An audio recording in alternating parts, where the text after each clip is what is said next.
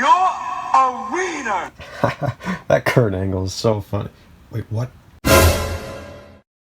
Aw, come on, man. I played you like a year ago. It's done. I don't need to play you anymore. Get the fuck out of here.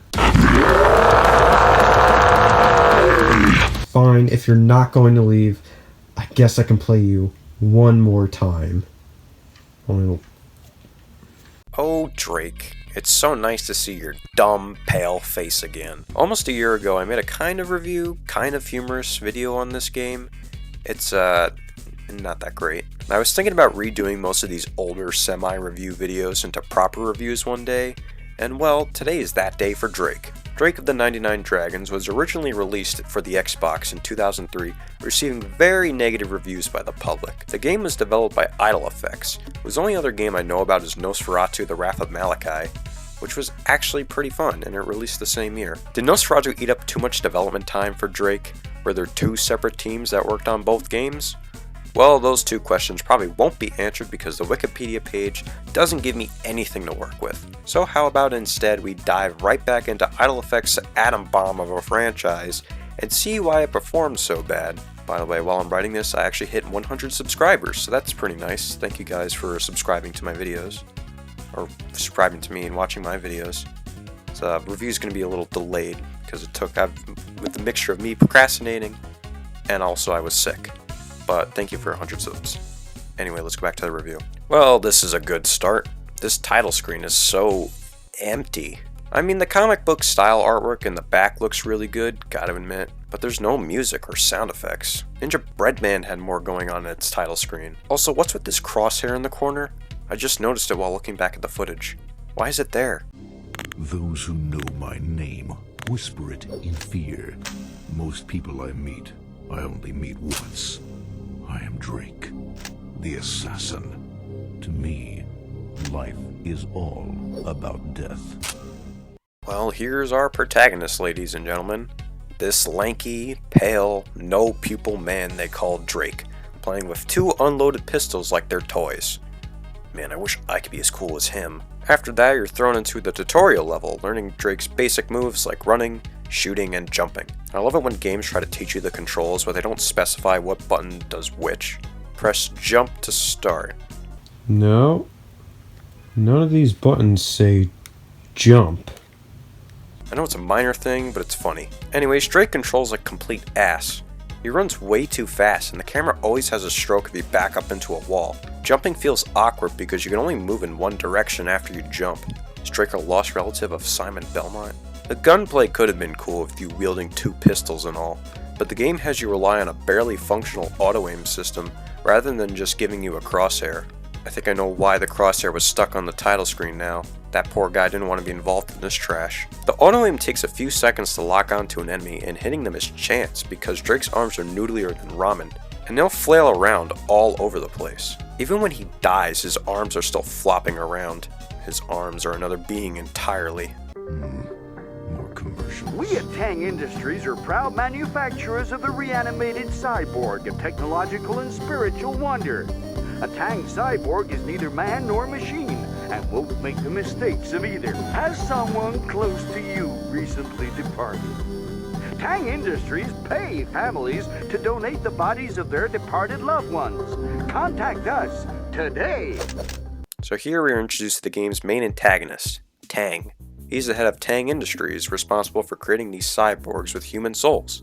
Think of it like Eggman's robots, but instead of animals, it's dead people. Also, I'm surprised Drake had nothing snarky to say about his mortal enemy. More commercials. We at Tang. All he says is more commercials? Really, Drake? You couldn't think of anything to say? You need to learn how to talk shit to people you hate. Just look at the YouTube comments. But before any of that, one of those cyborgs appears in the dojo. It can be kind of annoying to kill because of the small room, but I was able to kill it without too much hassle. Strange thing about the cyborg. A machine. Yet I sensed presence inside it. A soul? Yeah, Drake, did you not listen to the commercial? He clearly said that the cyborgs were reanimated people, you dumbass. It's inside it. A soul? Oh, what was that? Intruders in the penthouse of the 99 Dragons clan? You must be out of this world to get past our guards. I must see to the master and the soul portal artifact. Rumors say Tang is hunting for it. It was given to our clan over 3,000 years ago. We've guarded it since, and we're not going to lose it now. Drake dives into a room and watches this guy fly right by him with the soul portal artifact. This theft can't be Tang's doing alone. He must have aid from beyond this world. What the hell is with this dude's voice? He sounds like a nerd. Speaking of the voices, they're all pretty bad.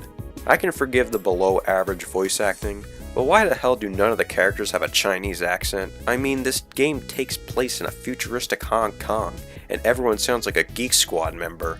I couldn't protect the soul portal artifact, I'm sorry, Drake. After a quick level, Drake catches up to this ghost assassin, but he manages to escape.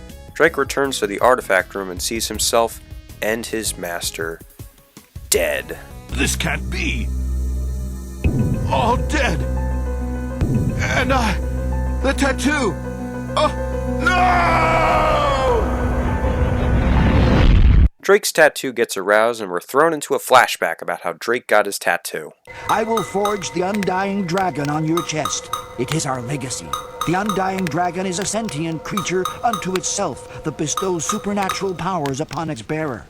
Powers that will make you last beyond death. With this newfound power, we get some new abilities. Killing enemies will have them drop souls, which will restore some health and fill up the health orb at the bottom. The orb acts as a timer for Drake's ability to slow down time. By holding the B button, Drake can slow down time, which is sort of useful. Enemies will have a higher delay when firing their weapons, and it's great to use around corners because enemies can drain your health in seconds. Double tapping the B button will make time completely freeze. I never found it to be useful because you're frozen and you can't do anything, so I never found it useful. While the time slow is quite handy, it's also not super reliable. Perfect example I can bring up is Max Payne, which came out 2 years prior. Slowing down time works more in this game because along with slower enemies, any bullets that are fired are also slowed down, giving you time to react and dodge accordingly. None of the bullets are slowed down in Drake, so bullets are going to hit you just as fast as they would if they were moving at normal speed. Also, Max Payne doesn't rely on auto-aim to fight, making Drake's slow-mo sections feel even slower and not as rewarding.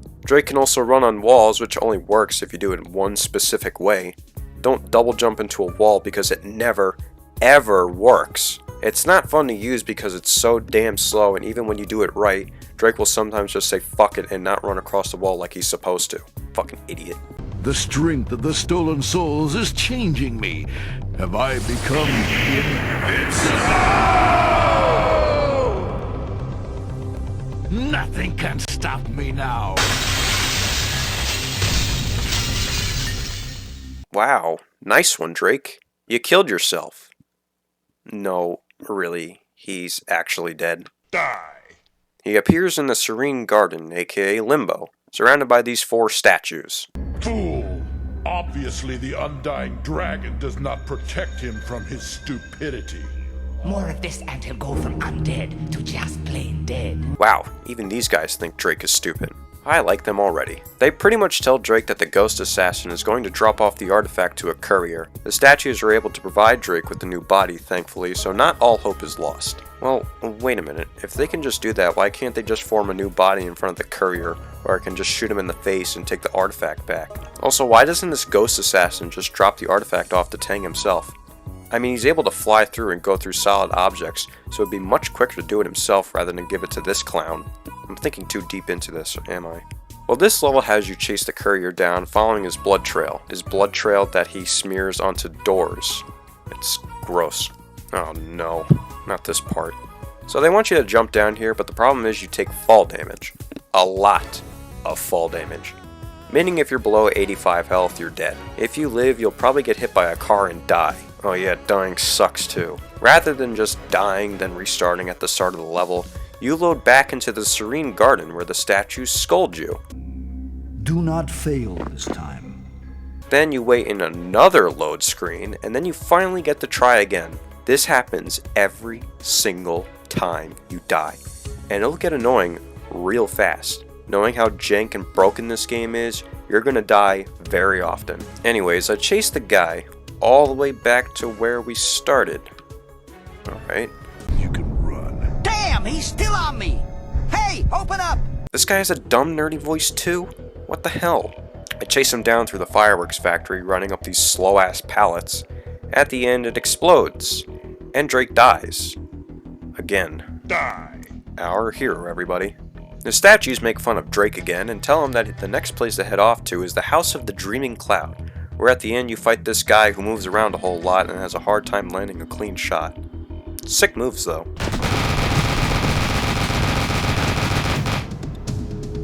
Drake chases the courier down into this new building where the courier in turn gets interrogated and beaten up. I thought this level used to be annoying because there are enemies all over the place and I died a lot, but then I discovered something wonderful. This wonderful, beautiful shotgun. Yeah, I forgot to mention that Drake is able to loot other guns from enemies and use them as his own. Just whips them out of his armpits, I guess. The shotgun completely annihilates every single enemy. Even the two bosses that are in this don't stand a chance against the power of the shotgun. Like this lady here, dead. This big fucking dude, dead. This lady with the sword chasing after me, dead. Oh hell yeah, dude. Disco is back and it's radder than ever.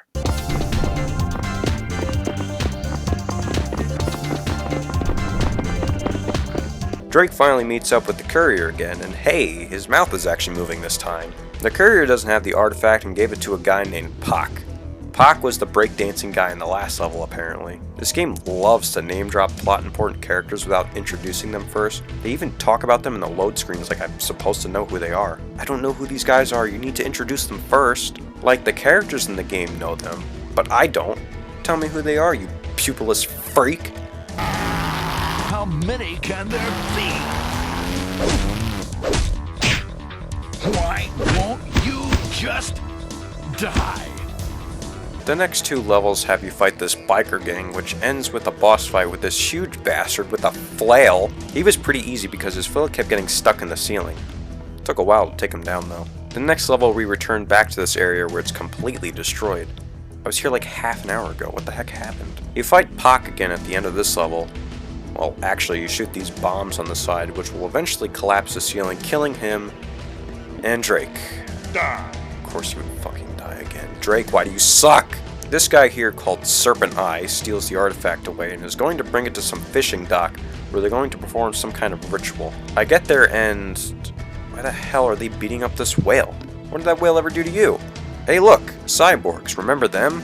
Remember how we fought that one in the tutorial level like 2 hours ago?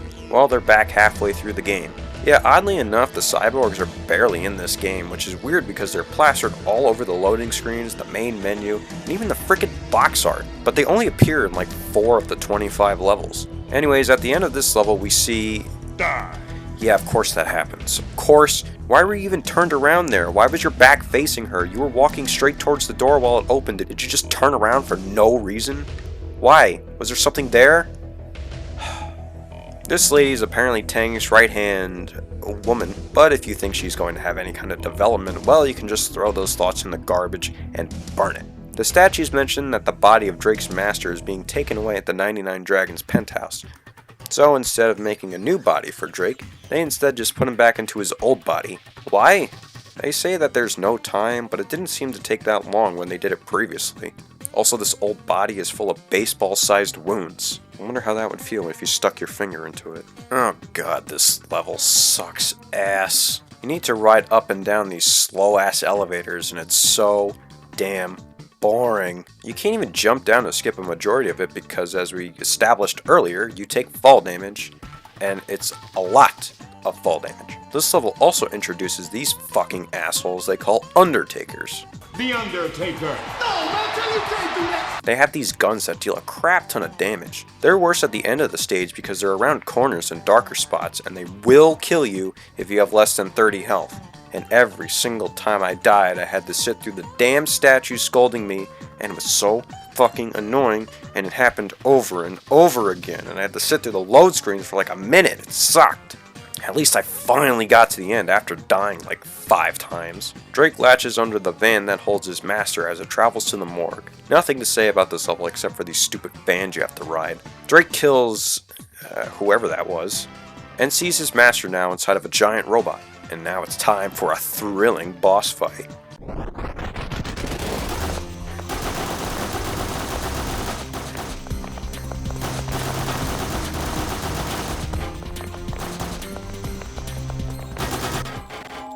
Drake somehow pulls his master's whole body out of that robot, even though we only saw a head, and takes him back to the Serene Garden. Drake seems to be in his corporeal form, so that means Drake died again. Die. Nice one. The next level is a sewer level. I hate sewer levels. The only gimmick in this stage is that you can't activate 3 alarms or else you lose. It's a thing, I guess, it's not really that important. The level after that starts off with the stupid wall running segment, which would have been okay if the wall running didn't suck. There's also this part where you have to jump through this hole in the wall with this electricity traveling by it, and it's real annoying to go through. At the end of this stage, you kill that lady that shot you in the back. Goodbye, whoever you were. So here we learn of Tang's plan to use the Soul Portal artifact to open up the spirit world to harvest as many souls as he can to raise his cyborg army. After a quick run through of this outside area, we find ourselves inside of another morgue where we need to collect 6 blue souls, which are apparently the souls of the 99 Dragons clan. I guess the other members aren't that important. This level is only hard because the fucking Undertakers are back with their strong ass guns, and I have no time to react to them even with slow motion. Well, after that we arrive down at the basement where we see Tang and his ghost assassin open up a portal to the spirit world and get a nice shot of his dumb Muppet face. Man, to make my armies infinite so that I can rule the world! There's a boss fight down here with this demon crab. He's really easy because he moves so damn slow and only attacks you when you're really close to him. The ghost assassin seals the artifact again and Drake chases him into the spirit realm. The next 3 levels are practically the same thing. You just platform up these fleshy platforms until you reach the giant hole at the top, killing demons along the way. I kept falling off here, but luckily if you don't land on the ground, you can respawn back to where you fell.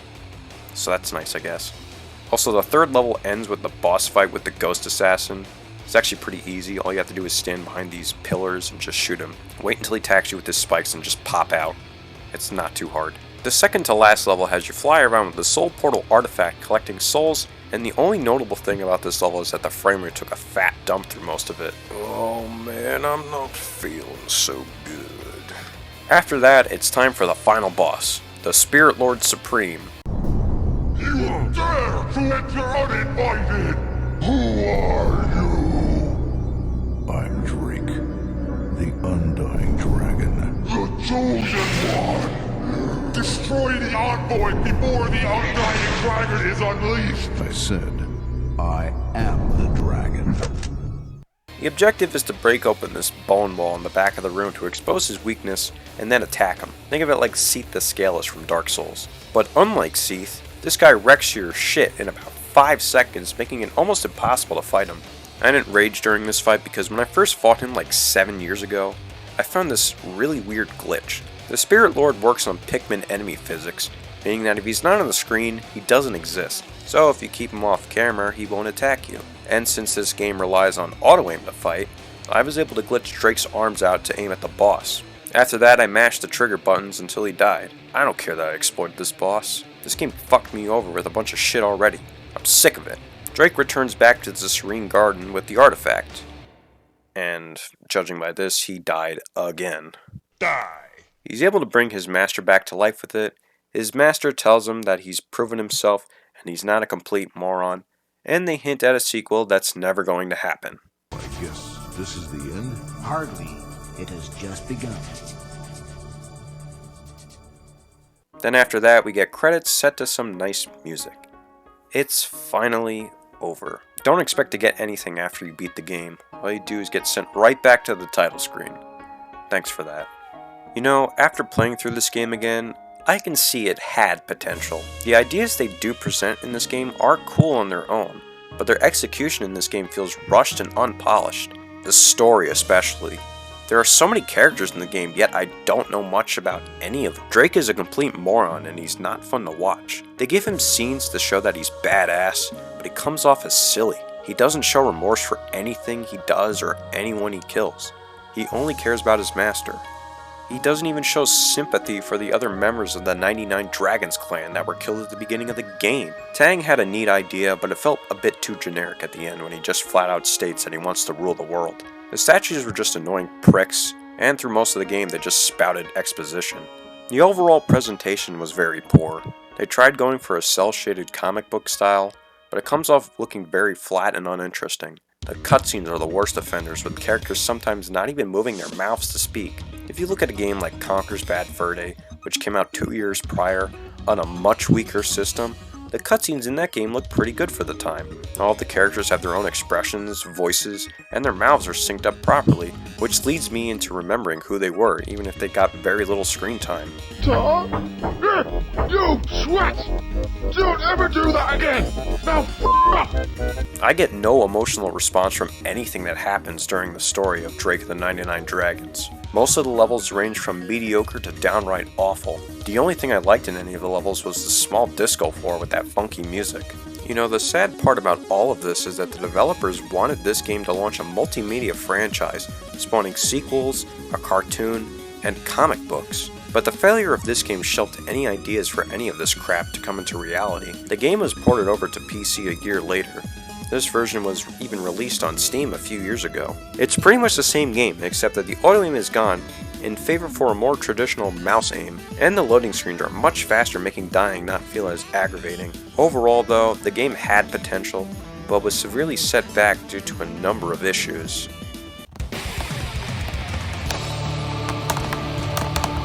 What the hell? You're alive? What the hell? To me, life is all about death.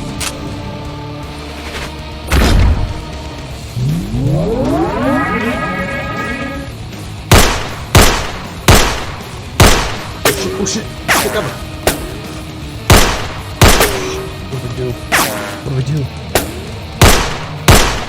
Oh shit! What the hell do I do against this? Wait a minute. That's it! My armpit.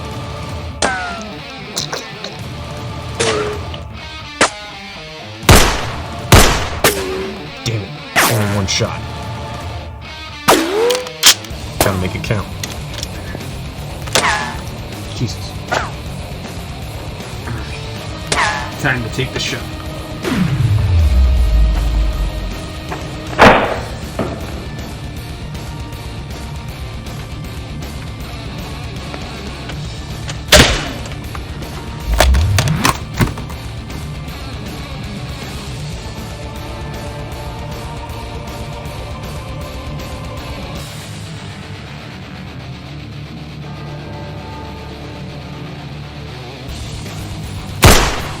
Die!